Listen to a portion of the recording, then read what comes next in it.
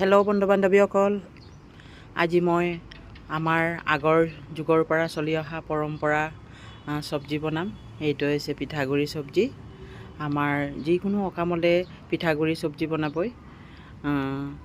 এয়া মই এতিয়া দিছোঁ পাঁচফোৰণ, তাৰপিছতে দিম এয়া পিঁয়াজ, তাৰপিছতে ৰঙা জলকীয়া, শুকান জলকীয়া দিছোঁ এয়া 3টামান। এইটো ভালকৈ ভাজি ল'ব লাগিব। পিঠাগুড়ি চব্জিত বেলেগ আৰু নলগাই। আদা নহৰু দিছোঁ। এতিয়া এইটো ভালকৈ ভাজি ল'ম। আমাৰ পৰম্পৰা যে পিঠাগুড়ি চব্জি যিকোনো অকাম মানে আমাৰ গুৰু অকাম, আই অকাম আৰু ডাঙৰীয়া অকাম হ'লে আমাৰ পিঠাগুড়ি চব্জি লগাবই। এইটো আমাৰ আগৰ যুগৰ পৰা চলি অহা আৰু আমি এতিয়ালৈকে মানি আছোঁ, চলি আছোঁ মানি পেলাই।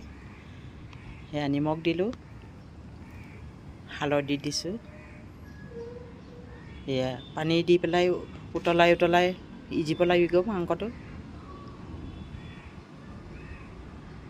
আমাৰ এনেকুৱা অকামলে, ডাঙৰীয়া অকামলে আমাৰ সেই টেংডাল মানে একেবাৰে নাকাটে, দীঘলকৈ একেবাৰে লগায়। আমাৰ নিয়ম এইটো। মোৰতো এনেই দেখুৱাইছোঁ আৰু টুকুৰা কৰি পেলাই। এনেকৈ সিজিব লাগিব ভালকৈ আৰু গৰম পানী দিব লাগিব। এয়া মই লৈছোঁ আদা পাত 2 খিলামান ল'লোঁ, নতুনকৈ গজিছে। আৰু মান ধনিয়া লৈছোঁ 2-3 খিলামান। সেয়া এইটো হৈছে নৰসিংহটো মোৰ থাকেই, নিজৰ ঘৰতে আছে যেতিয়া। সেয়া গৰম পানী দিছোঁ। এতিয়া গৰম পানী দি উতলাব লাগিব, পূৰা মিলি যাব লাগিব মাংস, পানী ভালকৈ উতলিব লাগিব। এয়া উতলি হ'ল। এতিয়া মই মিক্সিত গুড়ি কৰি চাউলৰ গুড়াখিনি দিছোঁ ইয়াতে।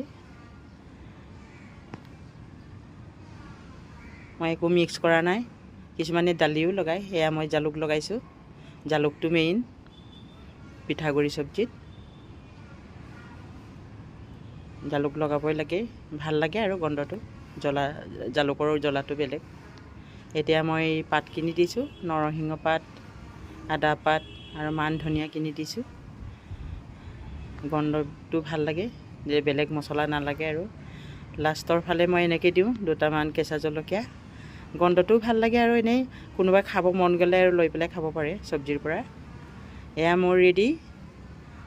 বন্ধু বান্ধৱীসকল, আপোনালোকেও বনাই খাই চাবচোন এনেকৈ। এয়া চাওক, মই পিঠাগুড়ি চব্জি বনালোঁ। আমাৰ পৰম্পৰা